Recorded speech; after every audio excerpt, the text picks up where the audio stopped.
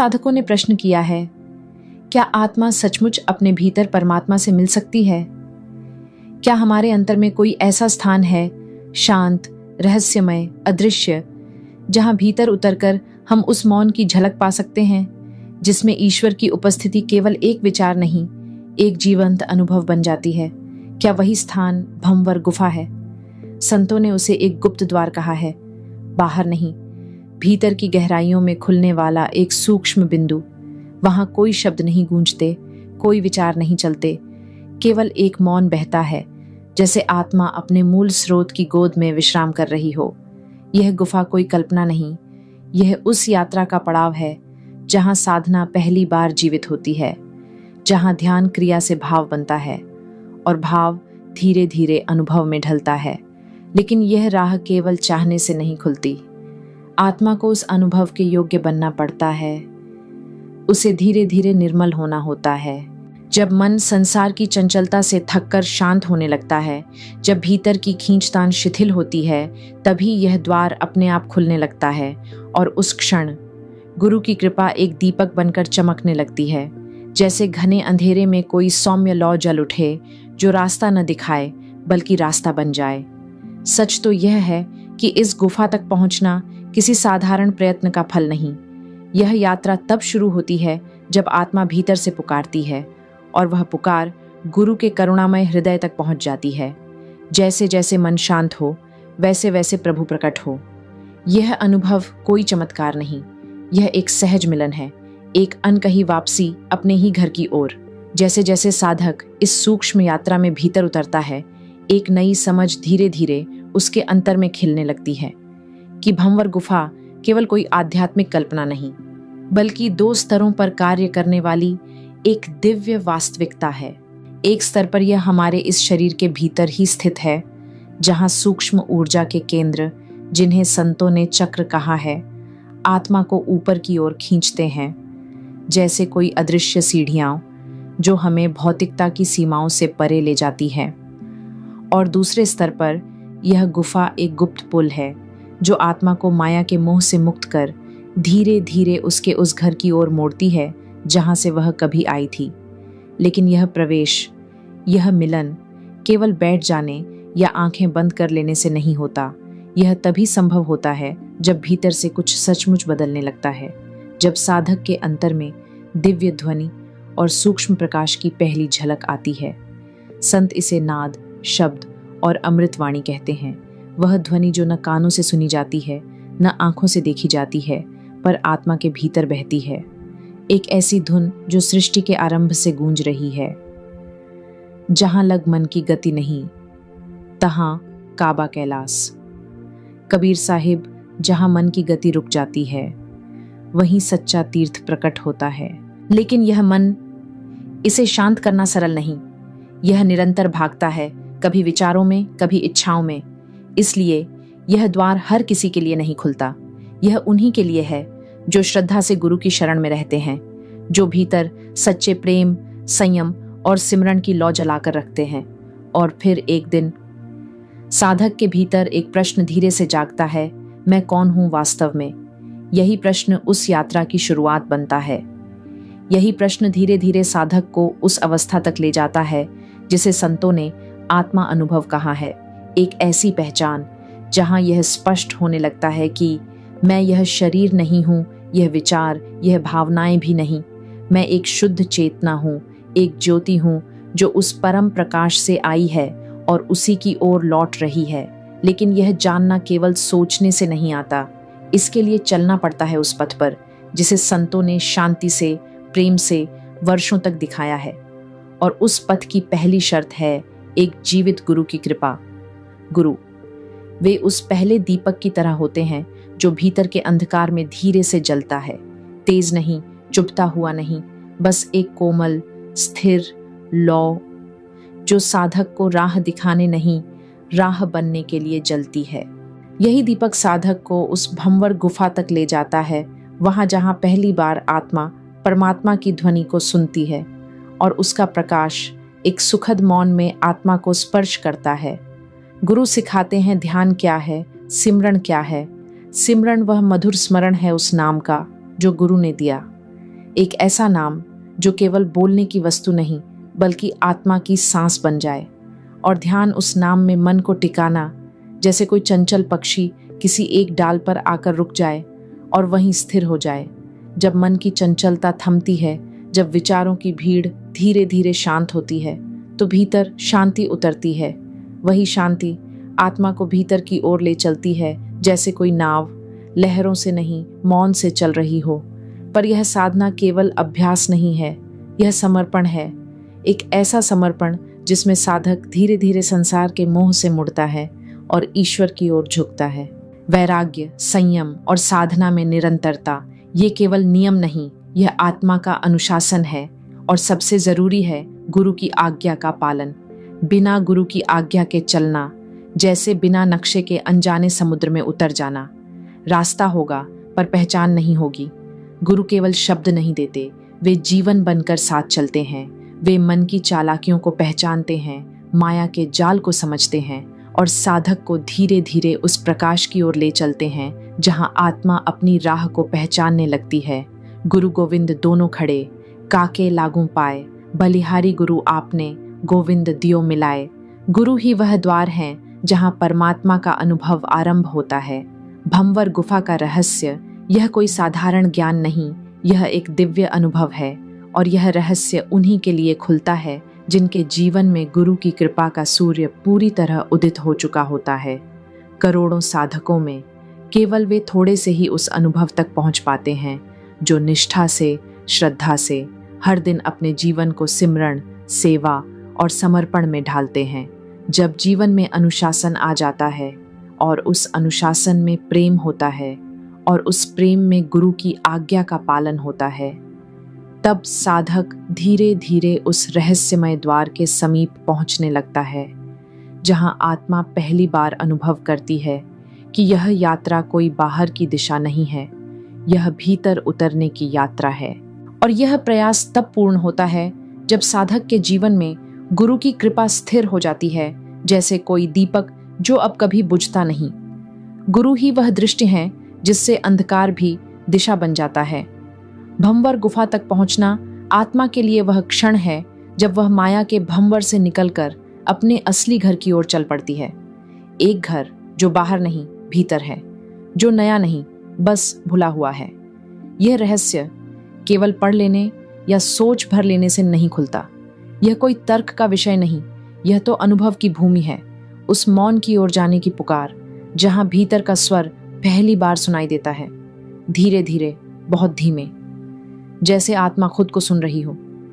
लेकिन यह मौन तब तक नहीं आता जब तक मन का तूफान शांत न हो जाए, क्योंकि मन कभी स्थिर नहीं रहता। वह या तो विचारों में उलझा रहता है या इच्छाओं में भटकता है।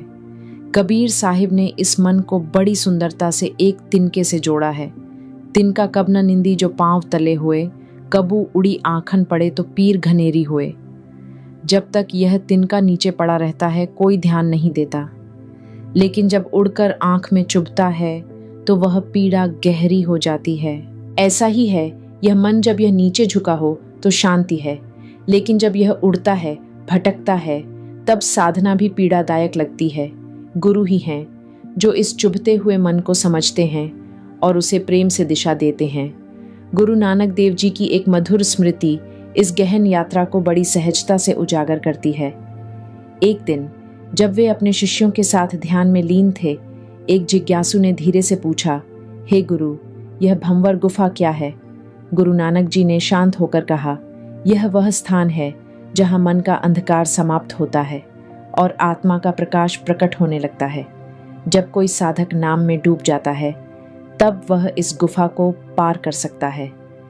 उन्होंने बताया कि सतनाम का जाप साधक को भीतर की उस गहराई में ले जाता है जहां कोई कोलाहल नहीं बचता, और वही नाम उसे उस सूक्ष्म द्वार तक पहुंचाता है जहां से दिव्य ध्वनि सुनाई देती है।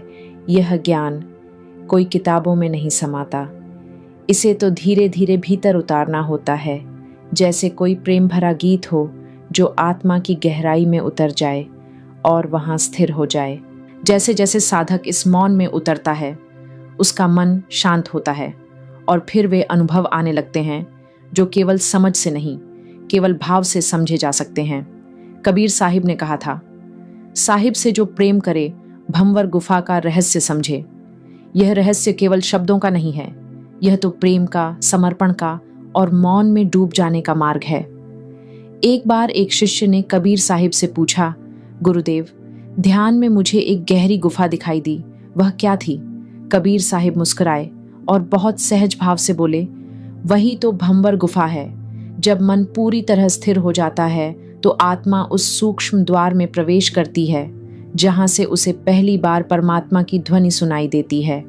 यह कोई आवाज नहीं होती, यह एक मौन की धुन होती है जो बाहर से नहीं भीतर से बजती है और जिसे सुनकर आत्मा समझ जाती है अब वह घर की ओर लौट रही है।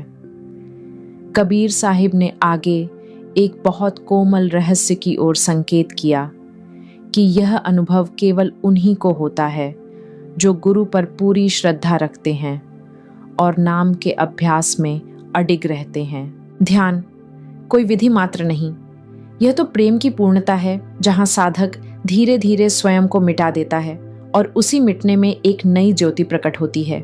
एक ऐसी ज्योति जो कभी बाहर नहीं थी, वह तो सदा भीतर थी, बस मन के कोलाहल में छुप गई थी। अगर हम भंवर गुफा को आज की भाषा में समझने का प्रयास करें तो यह वह अनुभव है जो हमारे मन की उस गहराई से जुड़ा है जहां सामान्य चेतना काम नहीं करती। जैसे समुद्र की तह में कुछ गुफाएं होती हैं, वहां कोई अकेला नहीं जा सकता, उसे एक अनुभवी गोताखोर की आवश्यकता होती है। ठीक वैसे ही आत्मा की यह यात्रा भी बिना गुरु के मार्गदर्शन के अधूरी रह जाती है। भीतर जो प्रकाश और ध्वनि की झलक मिलती है वही भंवर गुफा की पहचान है और गुरु वही अनुभवी गोताखोर हैं जो साधक को डूबने नहीं देते, बल्कि उसे आत्मा के सबसे पवित्र स्थान तक धीरे धीरे प्रेम से पहुंचा देते हैं। गुरु की करुणा को समझाने के लिए एक मधुर दृष्टांत अक्सर सुनाया जाता है। एक दिन एक साधक गुरु के पास आया और बोला, गुरुदेव, मैं ध्यान करता हूं पर कुछ भी अनुभव नहीं होता। गुरु ने मुस्कुराकर एक कहानी सुनाई। एक चोर गहरे अंधेरे में चोरी करने गया। वह कुछ देख नहीं पा रहा था तो उसने एक दीपक जलाया। जैसे ही प्रकाश फैला वह डर कर भाग गया। गुरु ने समझाया, वह चोर मन है, अंधकार अज्ञान है और दीपक गुरु का दिया हुआ नाम है। जब यह नाम भीतर जलता है तो मन की चालाकियां अपने आप भागने लगती हैं और आत्मा पहली बार अपने ही भीतर को देखने लगती है। इसीलिए संत कहते हैं, भीतर का प्रकाश केवल गुरु के साथ ही प्रकट होता है। वह प्रकाश जो सदा से था, बस मन के पर्दों में छिप गया था। और जब साधक के भीतर आत्मज्ञान की प्यास सच्ची होती है, तब यह जीवन स्वयं उसे उस गुरु के चरणों में पहुंचा देता है जो उस प्यास को मौन में बुझा सके। ऐसी ही एक साखी है राजा जनक और गुरु अष्टावक्र की। राजा जनक जिनके पास सब कुछ था पर आत्मा के प्रश्न अब भी अधूरे थे। उन्होंने गुरु अष्टावक्र से पूछा, मुझे आत्मज्ञान कब मिलेगा? गुरु ने उत्तर दिया, जब आप भंवर गुफा को पार करेंगे। यह कोई साधारण उत्तर नहीं था, यह आत्मा के भीतर उतरने का एक मौन निमंत्रण था। राजा ने साधना शुरू की, पर जैसे बहुत से साधक अनुभव करते हैं, मन बार बार ध्यान में भटकने लगा। गुरु ने उन्हें प्रेम से समझाया, मन को स्थिर करना ही पहली सीढ़ी है। बिना ध्यान और सिमरन के भंवर गुफा में प्रवेश नहीं हो सकता। राजा जनक ने अभ्यास किया, गुरु की कृपा में रहकर, और एक दिन जब ध्यान में वह मौन उतर आया तो उन्होंने वह अनुभव पाया, दिव्य ध्वनि, प्रकाश। वह मौन जो कुछ कहता नहीं पर सब कुछ समझा देता है। ध्यान और सिमरन, ये दो ऐसे कोमल पंख हैं जिनके सहारे आत्मा उस सूक्ष्म द्वार तक उड़ान भरती है जहां परमात्मा की पहली झलक मिलती है। जब साधक हर दिन गुरु द्वारा दिए गए नाम का स्मरण करता है और धीरे धीरे अपने मन को माया के आकर्षण से हटा लेता है तो आत्मा हल्की होने लगती है, जैसे कोई बंधन टूट रहा हो या जैसे कोई पुरानी स्मृति फिर से जाग उठी हो। वैराग्य यह त्याग नहीं, यह प्रेम की वापसी है। एक ऐसा प्रेम जो संसार से नहीं, उस अनंत से जुड़ने में पूर्ण होता है, जहां आत्मा को पहली बार लगता है, मैं घर लौट रही हूँ। इस यात्रा में गुरु का साथ अनिवार्य है, क्योंकि यह संसार, यह माया, यह मन का भंवर बहुत सूक्ष्म है, बहुत आकर्षक है और बिना गुरु के आत्मा इस मार्ग पर भटक सकती है। गुरु ही वह सहारा है जो साधक की दृष्टि को भीतर मोड़ते हैं और उसकी आत्मा को उसकी असली दिशा दिखाते हैं। एक बार एक साधक संत रविदास जी के पास आया। वह उदास था। बोला, गुरुदेव, मैं ध्यान करता हूं पर केवल अंधकार ही दिखाई देता है। संत रविदास मुस्कुराए और बहुत सहज स्वर में बोले, जब तक मन शांत नहीं होगा तब तक भंवर गुफा का प्रकाश नहीं दिखाई देगा। उन्होंने उसे सिमरन का अभ्यास दिया और कुछ महीनों बाद वही साधक रोते हुए उनके चरणों में गिर पड़ा। बोला, अब मुझे अपने भीतर प्रकाश दिखाई देता है। संत रविदास ने कहा, यही तो भंवर गुफा की शुरुआत है, अब इसमें स्थिर रहो। यह यात्रा किसी तर्क, किसी विचार का विषय नहीं है। यह अनुभव का मार्ग है जहां करोड़ों में केवल कुछ ही आत्माएं पहुंच पाती हैं, क्योंकि यह मार्ग केवल अभ्यास से नहीं, गुरु की कृपा, ध्यान की गहराई और पूर्ण समर्पण से खुलता है। जब साधक संयम और वैराग्य को अपने जीवन में जीने लगता है और गुरु पर पूर्ण श्रद्धा रखता है, तब आत्मा को वह अधिकार प्राप्त होता है कि वह इस सूक्ष्म गुफा में प्रवेश करे। सद्गुरु बिना मोक्ष नहीं, सद्गुरु ही वह द्वार है जहां आत्मा परमात्मा से मिलती है। अगर इस प्रकाश ने आपके भीतर कोई कोमल स्पर्श छोड़ा हो, अगर इन शब्दों में आपको अपने ही भीतर की कोई भूली बिसरी पुकार सुनाई दी हो, तो मैं आपसे एक विनम्र निवेदन करना चाहती हूँ। कृपया इस वीडियो को लाइक करें, शेयर करें और सब्सक्राइब जरूर करें, क्योंकि यह केवल एक चैनल नहीं है, यह एक सेवा है। इस माध्यम से जो भी थोड़ी बहुत आय होती है, वह संपूर्ण रूप से उन मासूम बच्चों की शिक्षा और भोजन में लगाई जाती है जिनके जीवन में रोशनी की पहली किरण भी अभी बाकी है। आपका यह एक छोटा सा सहयोग उनके लिए जीवन का सबसे बड़ा उपहार बन सकता है। और अब बस थोड़ी देर मौन हो जाएं।